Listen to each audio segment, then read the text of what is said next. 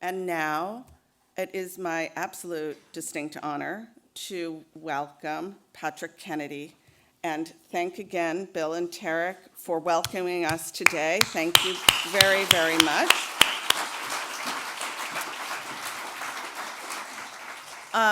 Patrick, for many of you, needs no introduction. And all of the bios are in your program. But I will briefly say this about you, Patrick, if you don't mind, and I need to take off my glasses. It is really, truly by design that Patrick is with us today. Because Patrick, many of us, myself included, think of Patrick really as the father of the Mental Health Parity Act. And thanks to Patrick's leadership and vision and dedication to the decriminalization of mental illness, the promise of parity is something that is, at long last, finally starting to come alive. I think we would all agree we have a long way to go with parity. Parity, of course, being ensuring that insurance treats mental health as it does physical. It's amazing sometimes when I say those words because I can't believe that that's not the case. But thanks to Patrick and his incredible team at the Kennedy Forum, we're again starting to see some real positive shifts. After Patrick delivers his keynote, he will be joined by the absolutely brilliant Keris Myrick, who is the Vice President of Partnerships and Inseparable. They'll be in conversation. They'll be welcoming your questions. If you're virtual, use the Q&A icon on your Whova app. And if you're here, you'll see there's one microphone at the end of each aisle. And if you do not wish to get up, just give a gentle wave and one of the volunteers will come. So again, thank you so much for being here, and let me welcome you, Patrick, to the stage with our gratitude for your work. Thank you. Patrick. Thank you so much, Melissa. Tarek, thank you for Atsuka's leadership. I mean, we're going to talk about parity today, so let's be honest. Let's talk about parity in philanthropy. We just have never had it, just like we've never had parity in insurance coverage. And parity in access. We need parity across the board. If we could only treat mental illness in the same way we did COVID, where we had a major public national urgency about addressing this as the existential crisis that COVID was. And by the way, if we had ever defined COVID as a mental health condition because of the very real comorbid impact of mental health, both from the isolation and anxiety and uncertainty that it created, but also because of the biological impact for those who've had COVID in terms of their brain chemistry and the cytokines and the higher inflammation and ultimate expression of depression and other mental illnesses simply because of long COVID.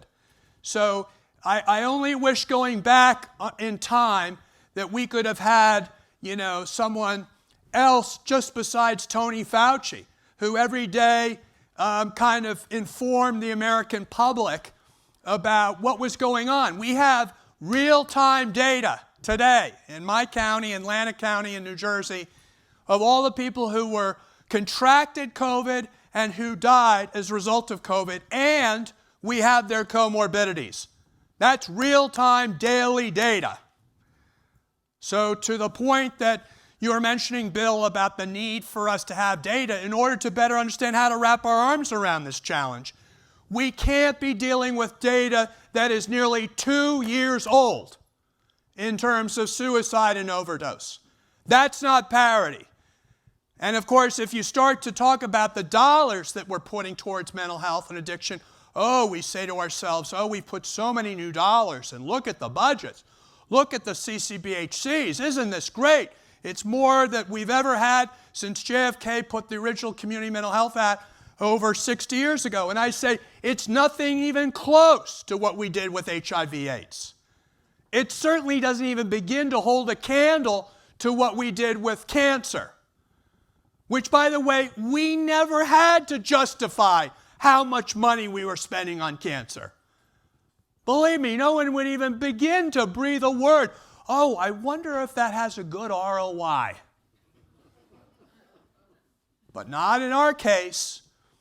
Not only do we have to bend over backwards to justify treating people with these illnesses the same as other illnesses, we have to justify making sure that it's cost effective. We have an elephant in the room.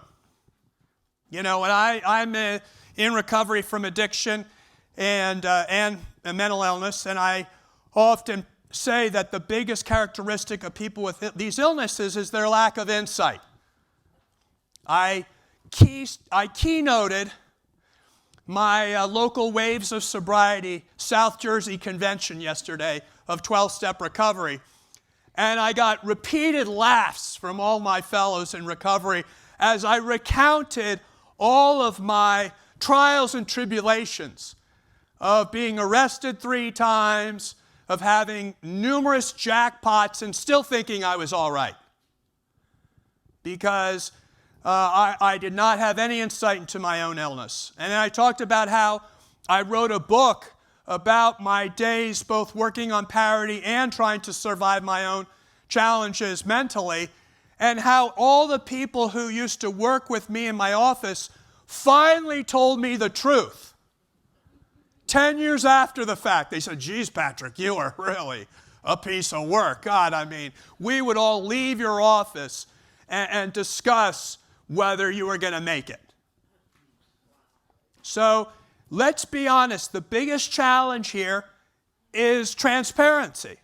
It's honesty. It's knowing that this is what it is. And we can't do it. We have to constantly fight the conventional thinking, because conventional thinking puts us into that box that we've always been put on, where we can constantly say, "Thank you for the crumbs off the table. Thank you for the little bit here and there. Oh, aren't you nice you got a collaborative care code?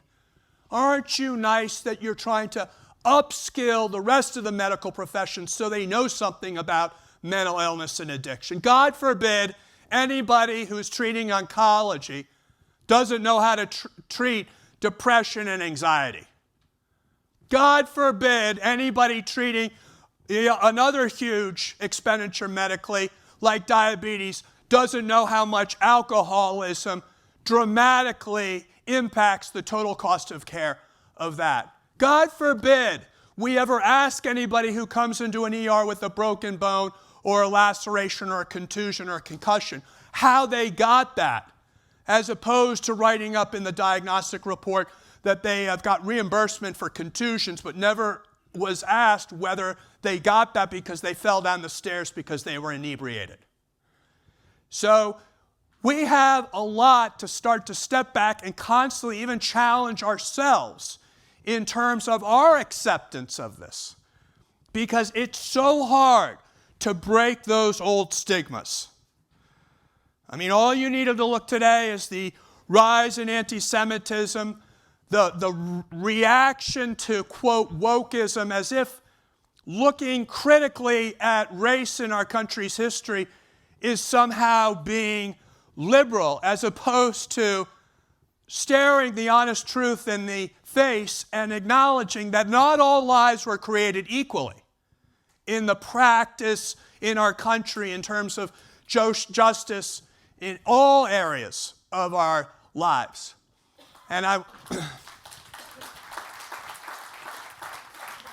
want to thank my friend Dan Gillison, who shared with me a story after the George Floyd tragedy. He said, "Patrick, I burst into tears when that happened, and I immediately went home with my wife, and we discussed how we were going to remove all the hoodies from our son's closet, because the thought of our young black child going out into this world was terrifying for us with the way the world is today." I don't know what that's like. I've never known what it is to walk into a store and have this feeling that people would look at me askance because I didn't quickly show them that I had money to pay for whatever I was looking to buy. I don't know what it's like driving in a community and then wondering whether when I get stopped by the police, they're also going to find some other thing to charge me of because I don't look like the neighborhood that I'm driving through. I do not know those things, but I know enough to know that our country has made a promise to make good on the fact all of us are created equally. It's all lives matter. Because you know what? This great country of ours was founded on the principle of pluralism. We're the only country in the world that has more people from every part of the world than any other place in the world. And we look at that as something that makes us less as opposed to makes us more. And all we need is to change our own perspective and attitude to understand that the very thing everyone is attacking is simply the very thing that makes us so strong. And of course, of those families and those lives that are experiencing kind of the most discrimination are those families with loved ones who have a brain illness. Either it's biologically based or it's environmentally exacerbated or preempted, just like if I were predisposed to cancer and walked in and started working at an asbestos-laden building, I'd be at higher risk for cancer. If I have a predisposition in my family for a mental illness and I work in a stressful environment, you had better believe that I'm going to be a much higher risk for manifesting some type of mental illness. Why should it be we look at it in any different way? So we need to tackle this from both the environmental level and we need to attack this from the biological level. And Otsuka has done that. They continue to do it. And we certainly need the kind of new therapeutics that they are working on providing. And we need to make sure parity ensures that those medications are covered. In the same way, we wouldn't dream of putting, first, kind of the pre-authorization that we say fail first model of treatment on some medication that may not be genetically the kind of medication that shows the greatest possibility for treating your particular type of mental illness. Even though we do all kinds of genetic typing for cancer in order to know what the right kind of oncology drug is for you for your particular type of cancer.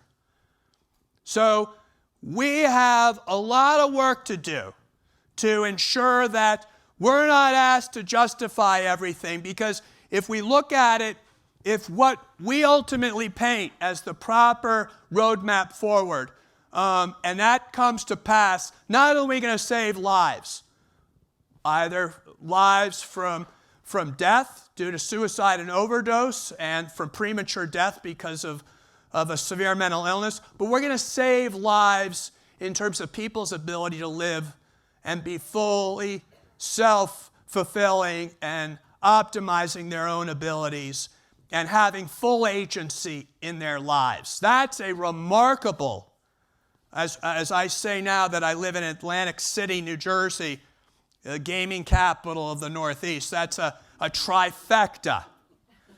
It's a trifecta because we save people's lives physically, but that's not, frankly, to a lot of families I know, that is as much as important as saving them spiritually, saving the people behind those lives who get lost because of the untreated illness that tears up their lives and tears up the lives of everyone in their family and in their community. So I just want to say, with respect to parity, it is, in my view, the thread that can really be woven between all of the various aspects of this space. We know we need prevention. We know we need treatment. We know we need recovery. We know all of those things need a public health approach. We need to have social determinants of health, or i.e. political determinants of health, addressed. We need chronic disease management. We need to have a realigned financial reimbursement system that aligns to keeping people well throughout their lives, as opposed to a sick care system where we pile dollar after dollar after dollar on a system and have it go down the drain because we're not doing what we know those dollars could do best in terms of making a difference in people's lives. So we know that this is going to be something that requires us to have the argument that we want the parity of urgency. We want the parity of effort. And we want the notion that the lives of people with these illnesses have the value that any other lives that we would treat in the medical system have. And by the way, that's a big far cry from where we are today. So we have a lot of work to do. And let me thank all of you for being in the vineyard, so to speak, and doing this work. And it's an honor for me to be your friend, because, of course, I've known many of you for a long time. And finally, we're in a space and a time where people are willing to listen. And that's the watershed moment that we're in right now. So thank you again to Sozosei for giving us an opportunity to make the most of this moment in our history.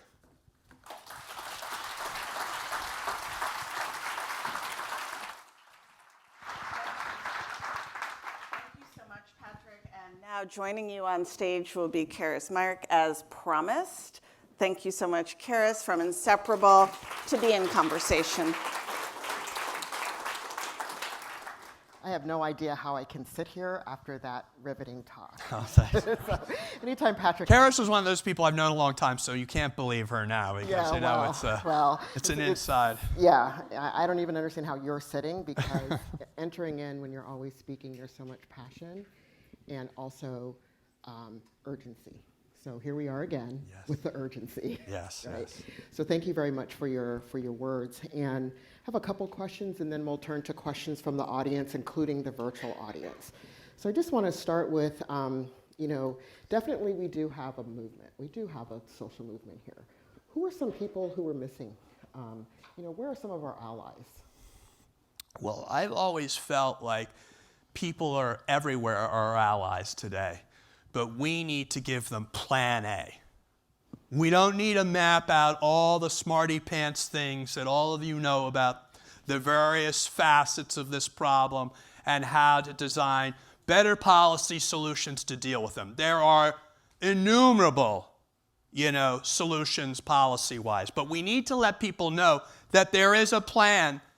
They don't need to know about every aspect of the plan, but they need to know that if this plan were effectuated, we could see dramatic change so that there won't be any argument over the small ball stuff that diverts us from the bigger focus that our country should have, and that is really realigning our nation's incentive system so that we actually get what we all want, and that's a country where we don't have to step over each other in our major cities, where we don't have to keep going to funerals in our rural areas, where we don't have to worry about our kids in schools being fearful for their lives.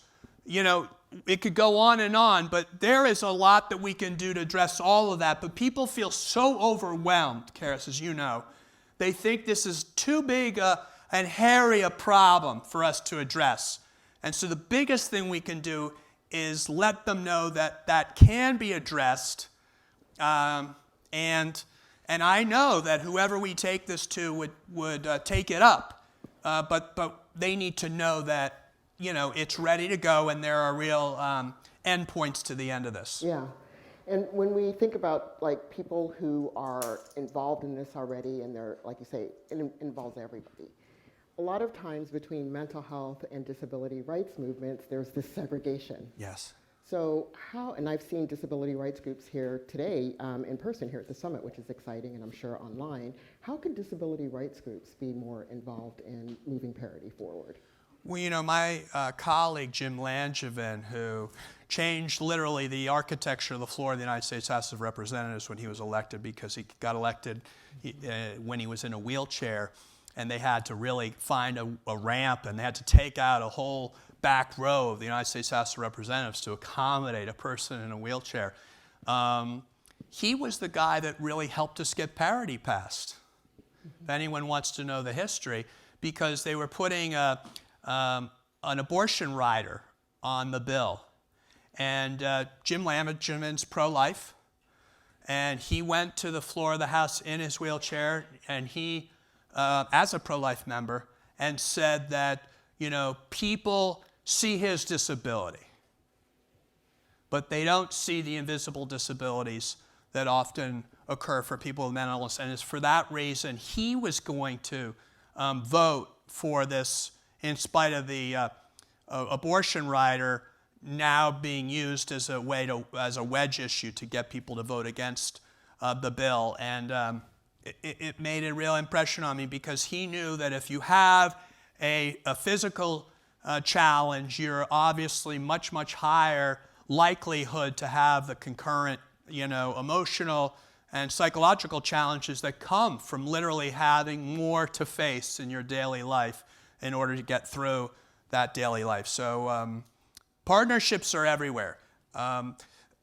Next year will be the 60th anniversary of President Kennedy signing the original Community Mental Health Act. So to your point, Keris, or who are our allies? Everybody's our ally. When I got elected to Congress, my labor supporters elected me, the environmentalists in my district elected me, and the Portuguese community in the east side of Rhode Island and Warren and Bristol and East Providence elected me. And when I got elected, I went on the Armed Services Committee, because the biggest employer in my state was the military. And of course, my labor folks came to me and said, Patrick, we'd like to talk to you. And I'm saying, I'm sorry, guys. I'm on the Armed Services Committee. I can't do anything for you. And they said, what do you mean? We have major issues of Davis-Bacon being enforced on all military contracts around the country, but particularly in the 1st Congressional District in Rhode Island. I'm like, what?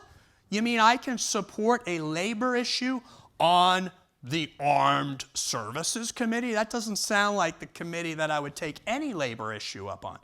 And then the environmentalists came in, said, Congressman, we want to meet with you about the environment. I said, I'm sorry, I'm on the Armed Services Committee. I can't help you. It's not the Environmental Committee.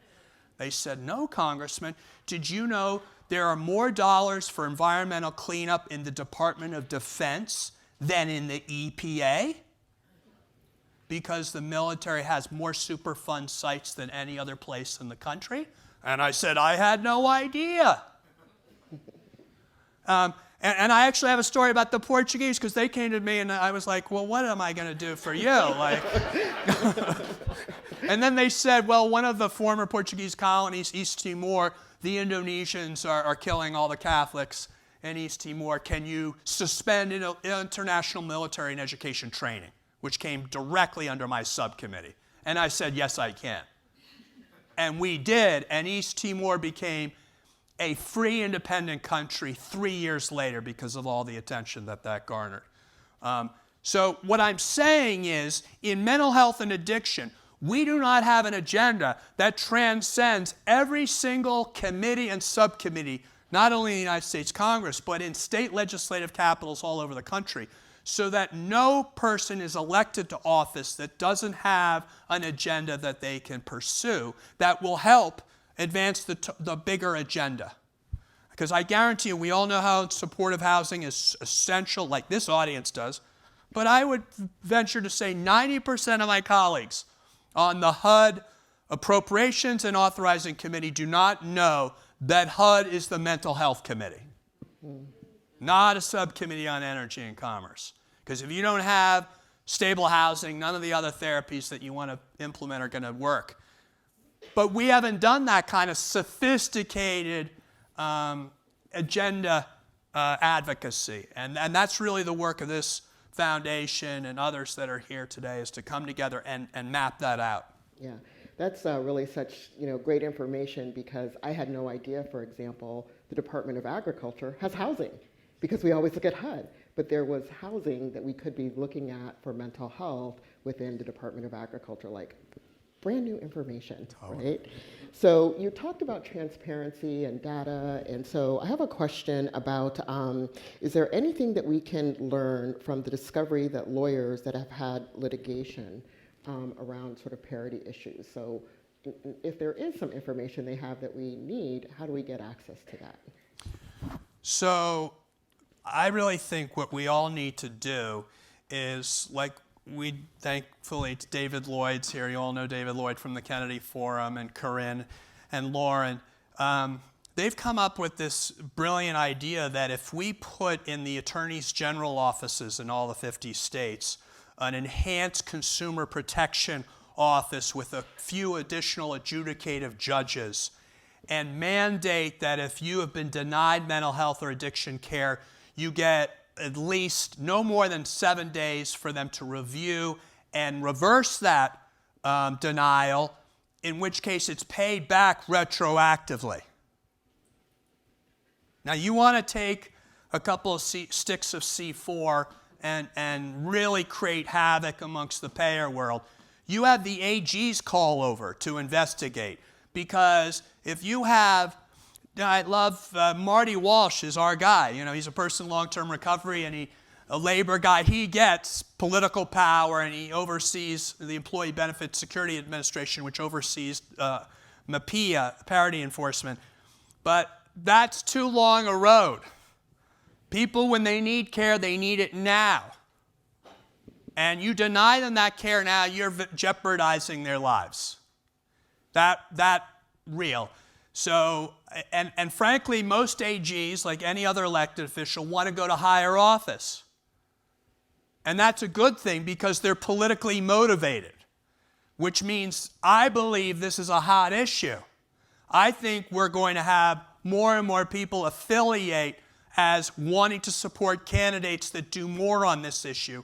And if I'm looking to run for a higher office, and I can, if I'm AG Kwame Raoul in Illinois, can show that I am, going after making sure payers are held accountable as my ticket to the top job in Illinois, which is probably going to happen in the ensuing years, that's a big deal. That's better than it being socked away in the insurance commissioner's office in the executive branch, where the political power of insurers, quite frankly, is too strong, their money is too great, and their ability to deep six this stuff right away without it even getting the light of day is too real. We've seen it for the last 13 years. There's inertia in terms of getting the government to do their job to enforce this.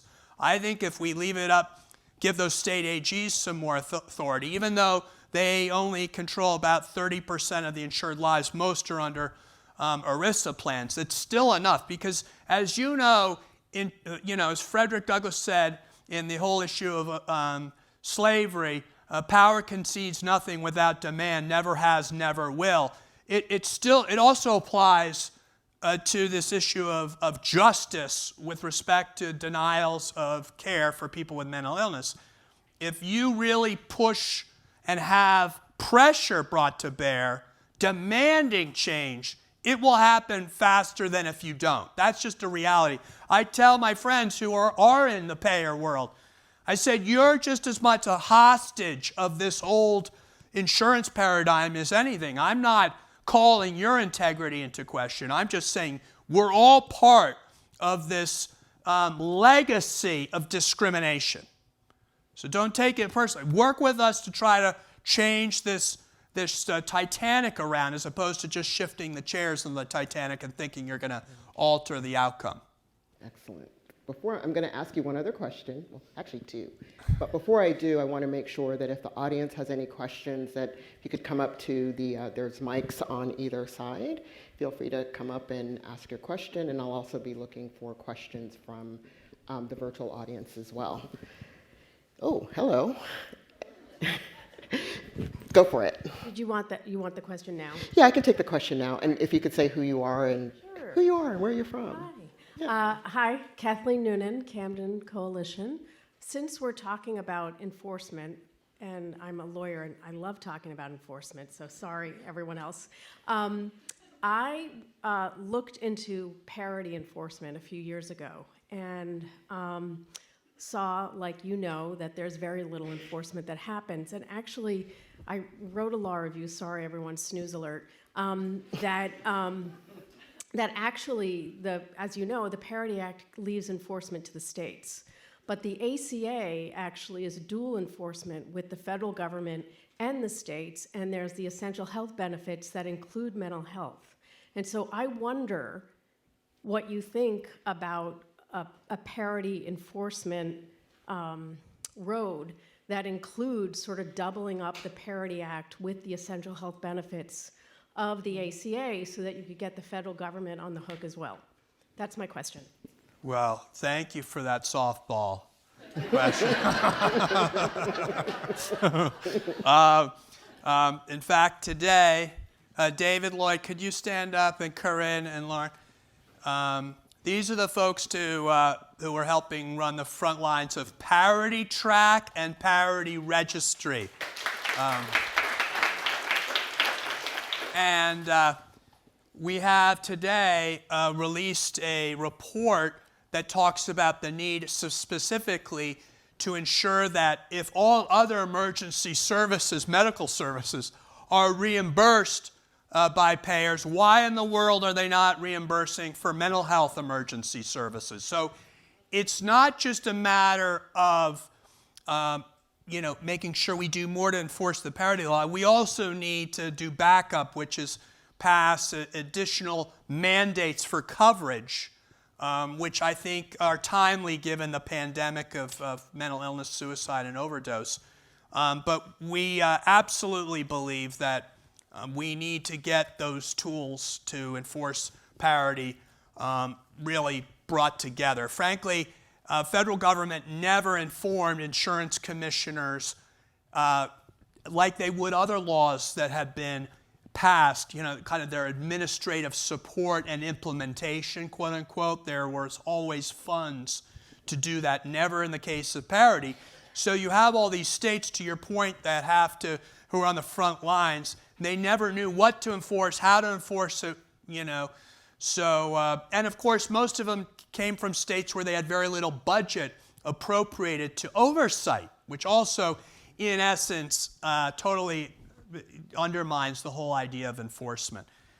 There's some states, like Pennsylvania, by the way, where the insurance commissioner can do forensic audits and use as much money as they need to hire the best auditors to come in and audit a health plan and then send the bill to the health plan for the audit, as opposed to having that be a line item in the state budget, which would never be enough to do a proper forensic audit. So there are models out there where we can do better on the state side.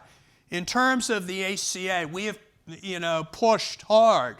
Javier Becerra, and we were even in with CMMI, Centers for Medicare and Medicaid Innovation Center, who, by the way, they haven't even come up yet with alternative payment models for addiction and SMI. And you would think, we don't want just the same care. I mean, parity is great, but the bottom line is we want better outcomes.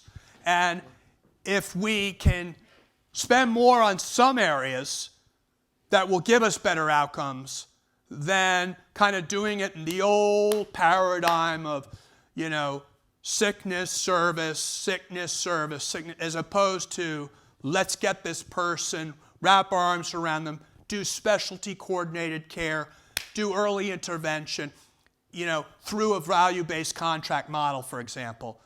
That's what we really want. And we really should tell payers, if they don't start to work with us to be pushing this, which they're not, which, really unnerves me because it's going to be to their detriment that they don't get ahead of this. The screws are going to tighten on the payers. I tell them every day. I've called AHIP a million times. I've talked to the individual payers ad nauseum. I said, whoever's advising you on K Street, you got to fire them because they're not doing you any favors by continuing to be gatekeepers of cost and immediately say no, because that's the only language they know how to say. No. What's your position? No. What's your position? No. Can we get this going? No. So that is how they talk and how they act, and until they get, a real change, they're going to be stuck because we don't have enough providers. I try to get them to get behind Senators Crapo and Wyden to get a pipeline for this community because we will never have enough people to treat everybody that needs to be treated, first and foremost. So we've got to get to a new model where we reduce the number of people that are ill. That's ultimately what we got to do. But in the meantime, we can't avoid and leave in the lurch all those people who are currently suffering. We got to get a pipeline. But I told the payers they ought to use their influence, even go so far as to say, we're willing to take a revenue tax or something on all of our revenue in order to fund this pipeline. Because keep in mind, they're going to get nailed with parity because they have insufficient in-network capacity.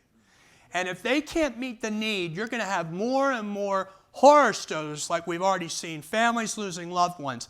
And at some point, it's going to hit these payers like a ton of bricks, and they're not going to be able to get out from underneath the moral damage that they're going to have to face in the public, such that we could have a Me Too movement in mental health where if we ever did lit drops in front of one of these major employers right here in Philadelphia, Comcast, if Comcast's payer has a number of bad results on their parity tests, and we inform the employees of Comcast that their major payer has been delinquent in treating their members the same as they would if they had some other illness, I mean, they're going to have holy hell to pay. They're already don't know how to deal with all these Gen X and Zers who are demanding a whole new work life and whether they're going to come back and what kind of conditions they're going to accept working anymore. They're really going to have their hands full with this turnover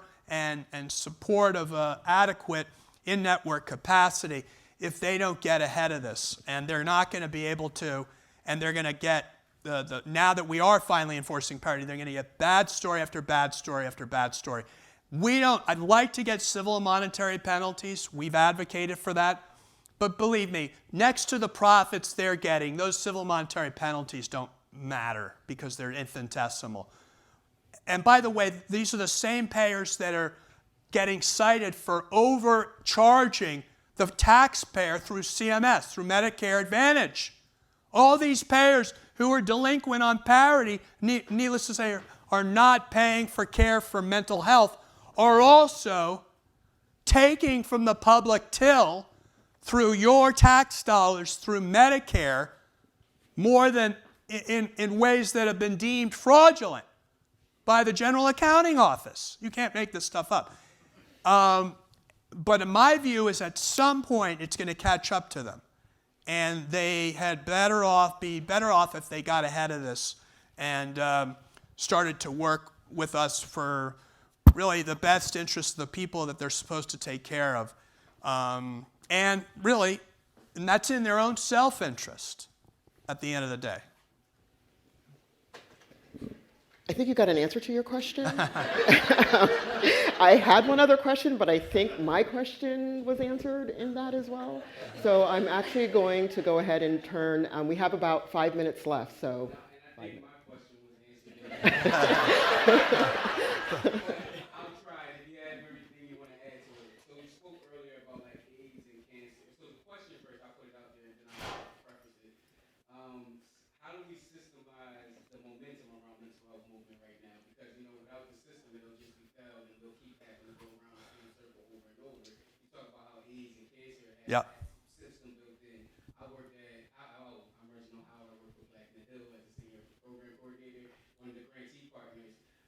And I've also been a part of NAMI as an affiliate on the board. And then I worked at a federally qualified health center. And the same question that always happens is funding. Where are we going to find funding? And we have a bunch of grantee partners in this room where it almost creates a culture of competition instead of collaboration because we're all fighting for limited resources because we don't want to lose momentum. So AFL-CIO is made up of service employees, state employees, building trades, you name it, the whole spectrum. But they boil down their agenda to some basic issues of prevailing wage, overtime pay, health care benefits, retirement benefits, safe working conditions, international trade issues, for example. if you're a member of Congress, I don't have to worry, did I get that right? I hope I'm making, George Nee happy with me back in Rhode Island, because before I even leave the office to go vote, they've told me how they're going to communicate to all the members of unions back in my district as to how I'm going to vote if I don't vote the right way. Now, wouldn't it be great if this movement was able to coalesce around a few high priority items that psychiatrists in Saul Levin can agree with Arthur Evans, and the psychologists can agree with Chuck Ingolia and Nat Kahn can agree with, and I could go on, and us having a way to say, okay, we'll fight over scope of service between the psychiatrists and psychologists. You guys fight about that, right? And doctors who are trained in the whole body ought to be the ones that write the meds, frankly. But there's enough work for everybody here, so let's stop trying to play turf battle. If it comes to, so we could really address the big issues like this workforce. If you get a bigger pipeline, and by the way, you stagger and stack those degrees, so someone can start as a crisis response person and then move up to be a social worker, master's, then can be a psychologist, and move right up. And they have a career that actually allows them to advance in a career that they love, and they clearly have a vocation for, because they wouldn't even be looking at this space if they were to look at the money that they are going to earn by going into this. But if we could stack degrees so they could see a workforce trajectory for themselves to make a decent living, provide for their family, we would just transform this. So how do we do this? I think we got to get everybody to put master lists together. My wife Amy ran for Congress last election in South Jersey. She's a public school teacher. If she needed a rally tomorrow, I could call Marie Bliston. And Marie said, Patrick, how many people do you need? I said, Marie, it'd be good to show a big crowd. Is 75 enough? I could definitely do over 100 if you need that. 100, Marie. Okay, click. Where do you need Millville? Fine.